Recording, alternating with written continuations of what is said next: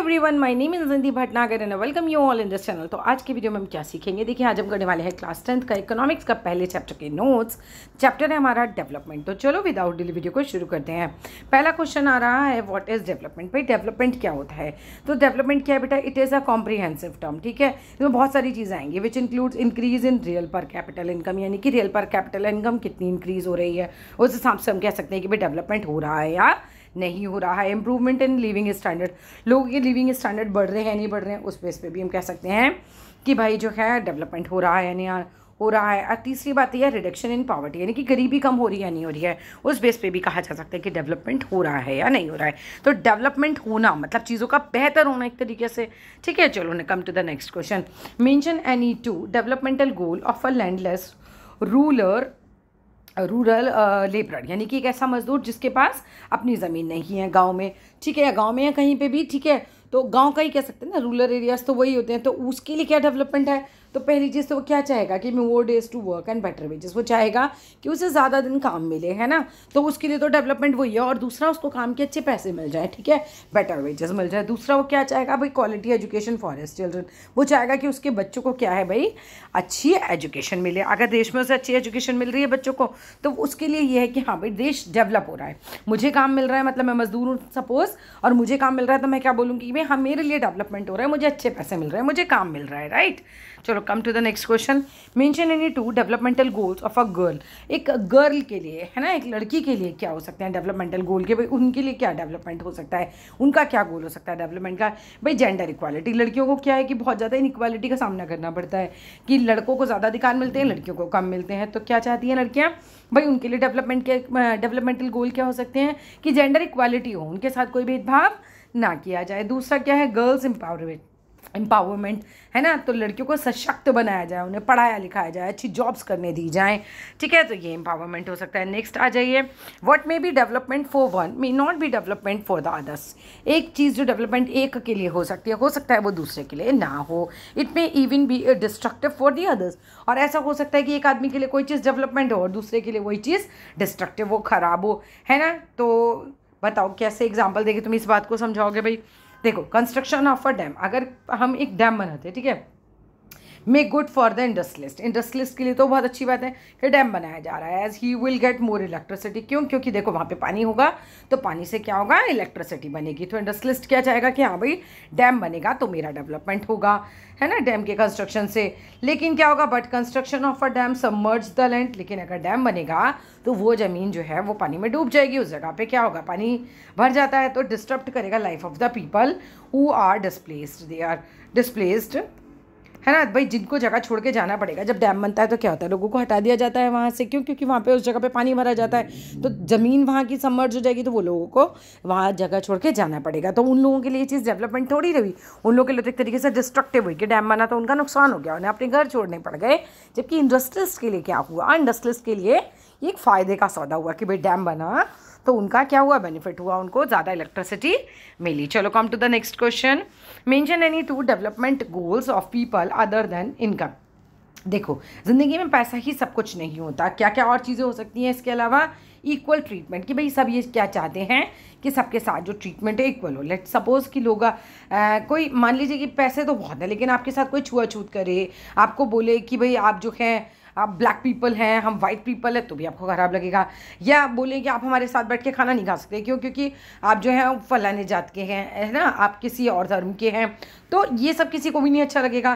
तो डेवलपमेंट का क्या और हो सकता है भाई, हम कह सकते हैं कि डेवलपमेंट में इक्वल ट्रीटमेंट होना चाहिए। दूसरी बात, रिस्पेक्ट ऑफ अदर्स, है ना, तो सबको ही क्या इज्जत चाहिए, केवल पैसा ही तो नहीं चाहिए। अगर मान लीजिए कोई आपको नौकरी दे और आपको बोले हम देंगे तो 2 लाख रुपये महीना, लेकिन आपका क्या है कि भाई इज्जत वहाँ आपको ज़रा भी नहीं मिलेगी, तो आपको काम करना अच्छा लगेगा?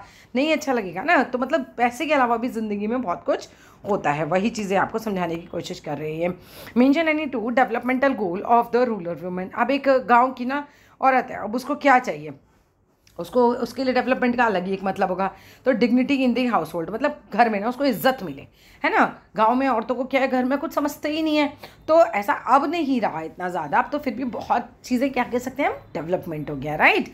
लेकिन पहले तो बहुत ही ऐसा होता था कि औरतों को कुछ समझा ही नहीं जाता था, घर में कुछ फैसले कर रहे हैं तो उनकी कोई भागीदारी नहीं होती थी, बस पुरुष प्रधान समाज था, जो कि धीरे धीरे अब काफ़ी अच्छा होता जा रहा है। लेडीज़ पढ़ती जा रही हैं, है ना, पढ़ाई कर रही हैं, जॉब कर रही हैं, तो उनको काफ़ी अच्छे से ट्रीट किया जा रहा है। लेकिन क्या है कि आज भी मतलब गांव का बता रखा है ना यहाँ पे, तो डिग्निटी इन हाउस होल्ड, तो उनके लिए डेवलपमेंट का क्या मतलब होता है कि भाई उनकी लाइफ में डेवलपमेंट का मतलब है कि हमें इज्जत दी जाए घर में, हमारी डिग्निटी मतलब हमारी शान रहे घर के अंदर, a safe and secure environment, है ना। तो वो चाहती हैं कि भाई औरतों का लाइफ जो है वहाँ पे सेफ रहे, सेफ और सिक्योर इन्वायरमेंट अगर उनके लिए, तो वो बोलेंगे हाँ भाई डेवलपमेंट हो रहा है। नेक्स्ट आइए, what is national development. So national development का क्या मतलब होता है। देखो, national development is a comprehensive term. अब इसमें भी बहुत कुछ आ जाता है, which includes improvement in living standard. सबसे पहली बात आ जाती है कि भाई जो लिविंग स्टैंडर्ड है वो इम्प्रूव होना चाहिए, है ना। दुनिया जो भी, देखो नेशनल डेवलपमेंट में क्या है, पूरे देश का क्या होना चाहिए भाई, लिविंग स्टैंडर्ड ऊंचा होना चाहिए। जैसे अभी तुम देखो, पहले क्या सोच सकते थे कि हर एक के हाथ में मोबाइल फ़ोन होगा, है ना, नहीं सोच सकते थे ना। लेकिन आज तुम देखो, रिक्शा वाले, काम वाली भाई, कोई भी आप देख लो, सबके पास मोबाइल फ़ोन होगा, ठीक है। इवन एक बार तो मैंने भिखारी के हाथ में भी मोबाइल फ़ोन देखा था। इंक्रीज़ इन पर कैपिटल इनकम, ठीक है, पर कैपिटल इनकम भी जो है उसका इंक्रीज़ होना भी ज़रूरी है कि हर एक की जो इनकम है वो इंक्रीज़ हो।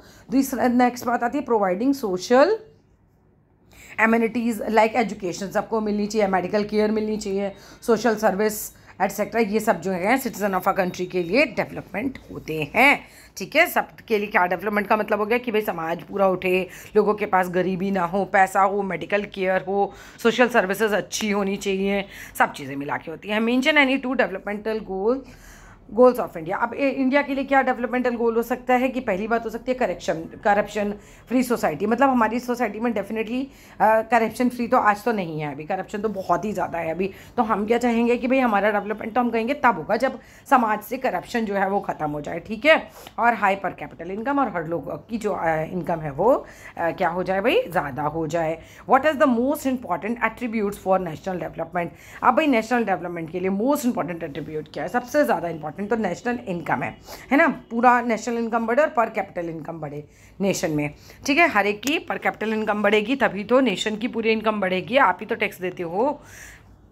For comparing countries total income और national income is not a useful measure, give reason. अगर हमें कंपेयर करना हो कंट्रीज़ की टोटल इनकम और नेशनल इनकम को, तो फिर क्या वो यूज़फुल है, अगर नहीं तो फिर रीज़न बताओ। देखो, since countries have different population, comparing total income will not tell us what the average person is liking to earn. अच्छा चलो अपनी कंट्री से समझ लेते हैं। हम ये कह रहे हैं, दो बातें आती हैं। पहली बात तो ये आती है कि तुम्हारी कंट्री छोटी है, हाँ मेरी कंट्री बहुत बड़ी है, तो यहाँ की जो टोटल इनकम होगी यहाँ की इनकम से बहुत संभव है कि कम हो, है ना। यहाँ मान लीजिए कितने लोग रहते होंगे, यहाँ पर लोग ही कितने रहते होंगे, मान लो यहाँ 10 लोग रहते हैं, मान लो यहाँ पर 200 लोग रहते हैं, तो 10 लोग तो कम ही कमा रहे होंगे 200 लोगों के मुकाबले। तो फिर इस तरीके से तो हम चेक नहीं कर सकते। दूसरी चीज़ ये आ जाती है कि जैसे हमारी कंट्री है और उसमें मुकेश अंबानी हो गए, अडानी हो गए, ऐसे बड़े बड़े लोग हो गए, वो लोग तो बहुत ज़्यादा कमा रहे हैं, लेकिन एक बहुत सारा तबका है जो कि बहुत कम कमा रहा है, ठीक है। तो हम टोटल से भी नहीं नाप सकते। तो since countries have different populations, countries की क्या होती हैं भाई, डिफरेंट पॉपुलेशंस होती हैं। कंपेयरिंग टोटल इनकम, अगर हम टोटल इनकम करें तो कंपेयर करना काफ़ी मुश्किल हो जाएगा। Will not tell us the what an average person likely to earn. तो इस तरीके से हम पता ही नहीं लगा सकते कि एवरेज पर्सन जो है वो कितना कमाता होगा। अब एवरेज निकालने बैठ जाओ मुकेश अंबानी की और अडानी या फिर हम टाटा वगैरह की किसी की भी सबकी इनकम लेके, तो क्या ऐसा होगा कि हर एक की इनकम बढ़ी हुई हो जाएगी? नहीं होगी ना, नीचे से तबका तो गरीबी हैगा हमारे यहाँ। व्हाट इज़ एवरेज इनकम और पर कैपिटल इनकम। अब एवरेज इनकम क्या होती है भाई, मान लो कि 10 बच्चों की एवरेज इनकम निकालनी है, तो 10 बच्चे जितना कमाते हैं, मान लो 10 बच्चे में कोई 100 रुपये कमा रहा है, कोई 50 रुपये कमा रहा है, कोई 20 रुपये कमा रहा है, कोई 10 रुपये कमा रहा है, कोई 200 रुपये कमा रहा है। ऐसे करना, 10 बच्चों की इनकम लिखना और सबको क्या कर देना, प्लस कर देना, ठीक है। प्लस कर दोगे और लास्ट में डिवाइडेड बाय 10 कर देना। जितने भी बच्चों की निकालनी हो 3 नंबर से डिवाइड कर दिया जाता है प्लस करके। When the total national income is divided by the total population, ये फार्मूला याद कर लो। जब नेशनल इनकम को पूरे देश में हर आदमी की इनकम को मिलाओ, उसको पॉपुलेशन के साथ डिवाइड करो, इट इज़ कॉल्ड पर कैपिटल इनकम। इसको हम बोलते हैं पर कैपिटल इनकम। तो पर कैपिटल इनकम बराबर हो गया national income upon population. Next question पे आते हैं, what is the most important component for comparing different countries. तो पर कैपिटल इनकम, जब हम देखते हैं भाई मोस्ट इंपॉर्टेंट कंपोनेंट क्या है कंपेयर करने का, तो पर कैपिटल इनकम, हर आदमी कितना कमा रहा है। Which criteria is used by the World Bank to classify different countries? तो per capital income ही है हमारा जो criteria है। When countries have been categorized as rich countries according to the World Development Reports, sorry which countries है ना, which countries को मतलब कौन सी countries हैं जिनको ना जो development report आई थी ना, वर्ल्ड डेवलपमेंट रिपोर्ट, उसमें कहा था कि भाई ये अमीर कंट्रीज़ हैं। तो कंट्रीज़ विच विद पर capital income of US dollar, ये वैसा क्वेश्चन करना नहीं तुम, 12,276 क्योंकि पुराना डाटा है ये, पर एनम and above in 2010 are called rich countries. तो ये पुराना डाटा एनसीईआरटी का, लेकिन पुराने डाटा पे क्वेश्चन आएंगे नहीं है, ठीक है। Which countries have been categorised as low capital income, इसको भी काट देना, मैंने यहाँ कट लगा रखे हैं ना, इसीलिए लगा रखे हैं क्योंकि डेटा बेस्ड क्वेश्चन नहीं पूछता बोर्ड जो है वो, ठीक है। नेक्स्ट क्वेश्चन पे आ जाओ अब। यहाँ पर ये तो वर्ल्ड डेवलपमेंट रिपोर्ट था, ये क्वेश्चंस पुराने हो गए। अब what is infant mortality rate, ये काफ़ी इंपॉर्टेंट क्वेश्चन आ जाता है। It indicates the number of children that die before the age of 1 year. 1 साल से मतलब बच्चा पैदा हुआ और 1 साल से पहले जितने बच्चे मर जाएंगे अपने पहला बर्थडे के पहले उसको बोलते हैं इन्फेंट मोर्टेलिटी रेट, ठीक है। 1 year as a proportion of thousands live children born in that particular year, ठीक है। फिर से पढ़ो इस लाइन को। It indicates the number of children that die before the age of 1 year as the proportion of 1000। अगर 1000 बच्चों में से हम चेक करेंगे कि भाई कितने बच्चे जो हैं वो, मान लीजिए कि 1000 में से 300 ही बच्चे ज़िंदा रह गए, ठीक है, तो उस हिसाब से हम बताते हैं किस चीज़ को बताते हैं हम, इन्फेंट मोर्टेलिटी रेट को। और व्हाट इज़ लिटरेसी रेट, तो it measures the proportion of literate population in the 7 और अबव एज ग्रुप। नहीं है 7 साल से ऊपर के कितने लोग जो हैं वो एजुकेटेड हैं, 7 या 7 ईयर्स से ऊपर, उनका प्रोपोर्शन देखा जाता है। What is net attendance ratio, अब देखो it is the total number of children of the age group of 6 to 10, ठीक है। 6 to 10 के बीच के कितने बच्चे जो हैं वो क्या है भाई, पढ़े हुए हैं, अटेंड कर रहे हैं सॉरी स्कूल को, as a percentage of total number of children in the same age group, ठीक है।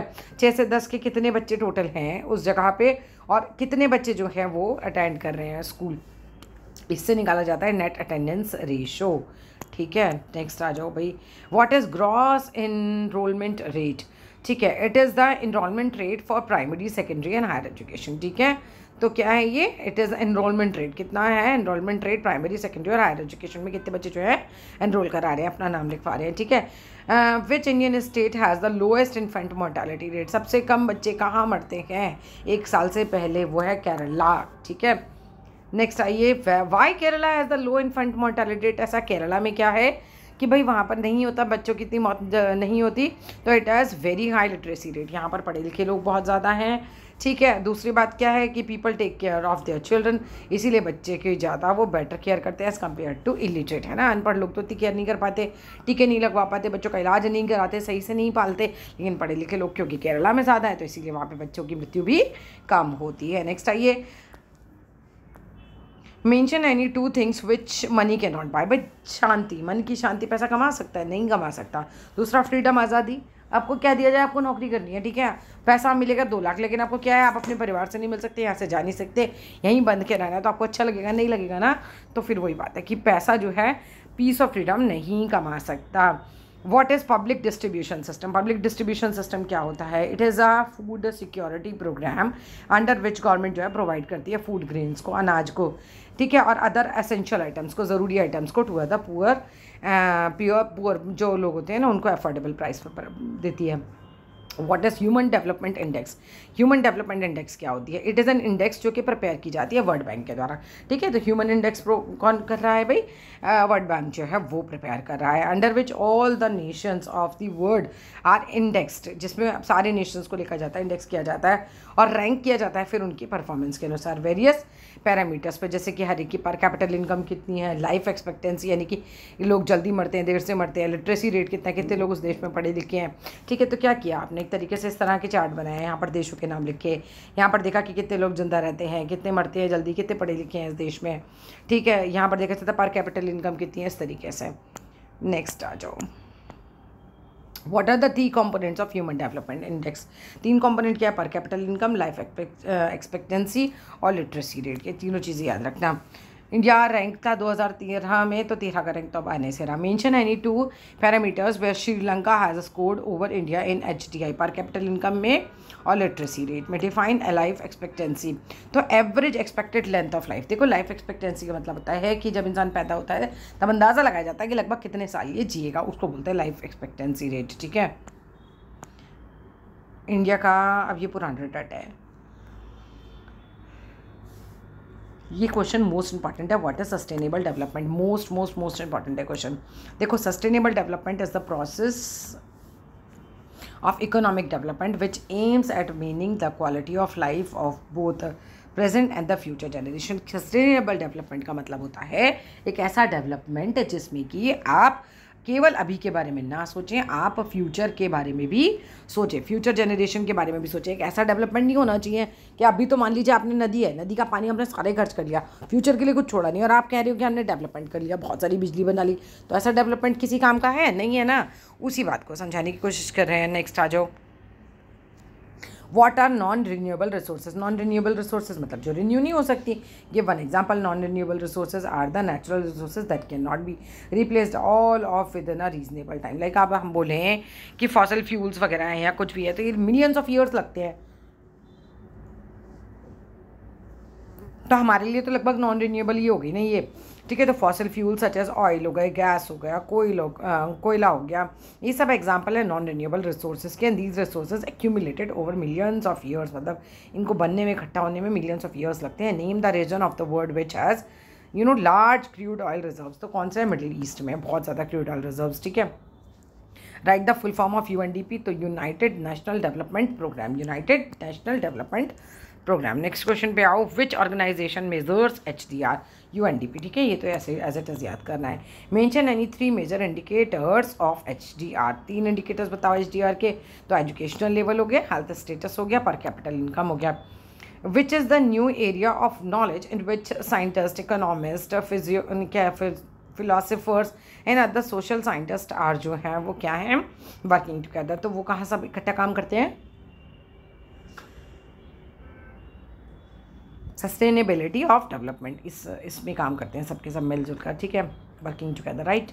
How can we achieve our hopes and possibilities in the present world, through democratic political process. Next आ जाओ, what is public distribution system, PDS क्या होता है, public distribution system क्या होता है भाई। It is a system through which the government distribute ratio two the poor at a reasonable rate, ration. ठीक है, राशन देते हैं रीजनेबल रेट पर, है ना।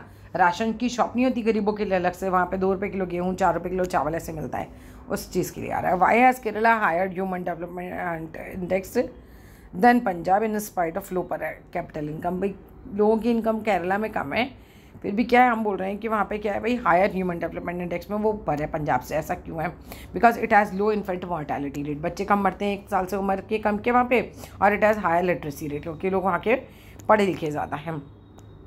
Mention any 4 characteristics of development, development के 4 करेक्टरिस्टिक्स बताओ भाई। Different people have different developmental goals, अलग अलग लोगों के डेवलपमेंटल गोल्स अलग अलग होते हैं। What may be development for one may not be development for other. जैसे हमने डैम वाला एग्जांपल पढ़ा कि जिनके इंडस्ट्रीज़ के लिए अच्छा है, लेकिन जिन लोगों को वहाँ से हटाया जा रहा है उनके लिए वो डेवलपमेंट नहीं है। Income is the most important component of development, but along with income लोगों को क्या चाहिए भाई, उनको चाहिए कि उनके साथ इक्वल ट्रीटमेंट हो, हेल्थ अच्छी हो, पीस हो, उनकी ज़िंदगी में शांति हो, लिटरेसी हो। For development people look at mixed goals, है ना। डेवलपमेंट का मतलब ये नहीं कि कोई एक ही चीज़ हो, मिक्सड गोल्स भी होते हैं। जैसे कि मेरे लिए डेवलपमेंट का क्या मतलब हो सकता है, मेरे बच्चों के लिए अच्छी एजुकेशन, ठीक है, मेरे लिए अच्छी हेल्थ। तो इस तरह से ना तुम्हारे गोल्स अलग हो सकते हैं। Describe any 3 features of developed country. ठीक है, हम कहें कि कंट्री जो है डेवलप्ड है, तो ये तो पुराना ही डाटा है as per the world bank report 2012, इसको छोड़ दो। नेक्स्ट आओ, such countries have high literacy rate. ठीक है, तो ऐसे डेवलप्ड कंट्री में क्या होता है भाई, लोग पढ़े लिखे ज़्यादा होते हैं। Most of the people of these countries are engaged in service sector, और ज़्यादातर तुम देखो ना अमेरिका वगैरह हम कहते हैं डेवलप्ड कंट्री है, तो ज़्यादातर लोग वहाँ पे क्या है भाई, सर्विस सेक्टर में है। What are the aspects covered under the national development. And under national development a country uses its resources in a fair and just way, है ना। तो अपने रिसोर्सेज को बहुत अच्छे से कंट्री जो है वो यूज़ करती है। नेक्स्ट आ जाइए, under this only those programs and policies are implemented which would benefit a large number of people. अब ऐसी जगह ना ऐसे प्रोग्राम्स, ऐसी पॉलिसीज़ को इम्प्लीमेंट किया जाता है, लागू किया जाता है कह सकते हैं, जिसमें कि ज़्यादा लोग एक साथ बेनिफिट हो, ना ज़्यादा लोगों को फ़ायदा हो। Under national development countries focus करती हैं मोर ऑन सोशल इंफ्रास्ट्रक्चर पर, विच इंक्लूड्स एजुकेशन हो गया, हेल्थ हो गया, अदर सोशल सर्विसेज हो गया।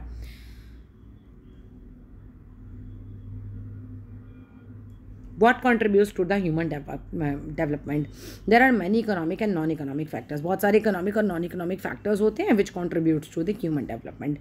पहला living a long and a healthy life, दूसरा हो गया to have education, information and knowledge, ये सब प्राप्त करना, enjoy करना एक decent standard of living को, enjoy करना basic fundamental rights को, लोगों को freedom मिले, लोगों को security हो, लोगों को अच्छी education मिले, है ना, टू हैव इक्वालिटी, मतलब सब लोगों को इक्वालिटी रहे, कोई किसी के साथ भेदभाव ना करे, है ना, इंजॉयमेंट करे ह्यूमन राइट्स को, तो उन लोगों के लिए डेवलपमेंट यही है। What is the significance of human development? Importance क्या है ह्यूमन डेवलपमेंट इंडेक्स की? तो HDI is use to measure level of development of country, कि भाई कंट्री कितनी डेवलप हो रही है। It has been published by UNDP। इसे कौन पब्लिश करता है? UNDP। According to it countries has been rank. इसमें कंट्री को हम रैंक करते हैं कि भाई कौन कंट्री ऊपर चल रही है डेवलपमेंट में, कौन सी कंट्री नीचे चल रही है, किसका क्या रैंक आ रहा है। अपार्ट फ्रॉम इनकम हम इसमें एजुकेशन देखते हैं, हम हेल्थ देखते हैं लोगों की, है ना, लाइफ एक्सपेक्टेंसी देखते हैं क्या, ये सब भी देखा जाता है।